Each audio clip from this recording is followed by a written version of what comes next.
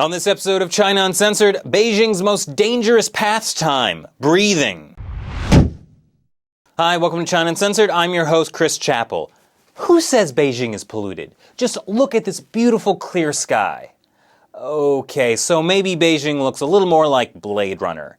Actually, if you take Taiwan's new security forces and put them in Beijing, I think you might have a blockbuster on your hands. Hey Hollywood, you might want to see if you can get co-production status on that one. Never mind. Beijing's air is so polluted. How polluted is it? It's so polluted that on the EPA's air pollution index, where levels over 100 are unhealthy and the maximum level of 500 is hazardous, Beijing scored 755 earlier in the year. And Beijing's PM 2.5 rating, that's tiny particulate matter that can get into your lungs and kill you, which also has a scale that stops at 500, was 886 in January.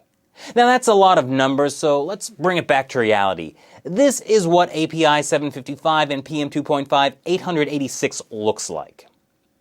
Let's drive it in a bit more. The website Marketplace made a smog simulator so you can know what your city can look like in Beijing smog.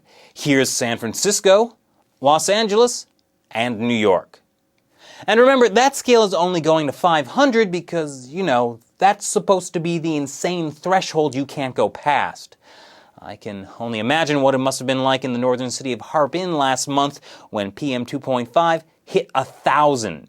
Now, deadly toxic smog, it sounds so, accurate, but isn't it a little depressing? That's why, to cheer up everyone, Chinese authorities just call it heavy fog. So when people look outside their windows and see nothing, it's just because of heavy fog. But now I know you Wu-Maos out there always like to criticize me for not saying anything positive about the Chinese government, so I gotta give credit where credit is due.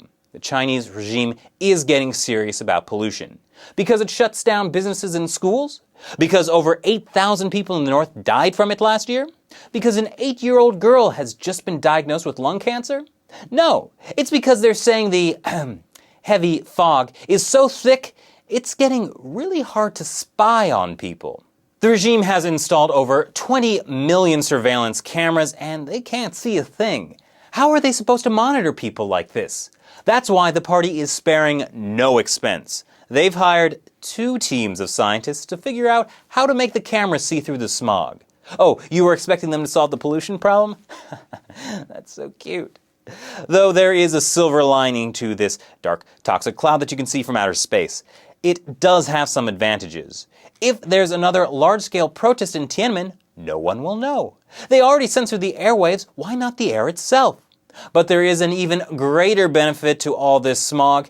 It's driving away the Japanese. The Japanese embassy in Beijing is telling their people to get out, go on holiday, move to a different city, just whatever they need to do to get away from the bad air. So then you might be thinking, why don't Chinese people just move out of Beijing as well?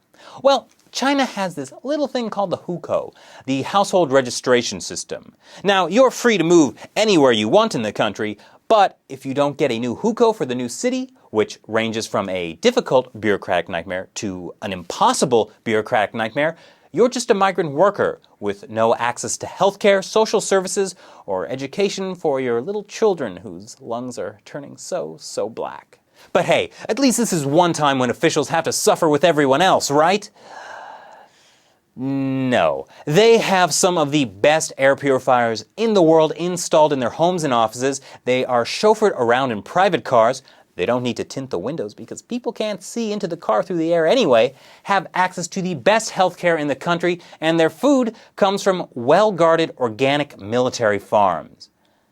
This is why they don't allow guns in China.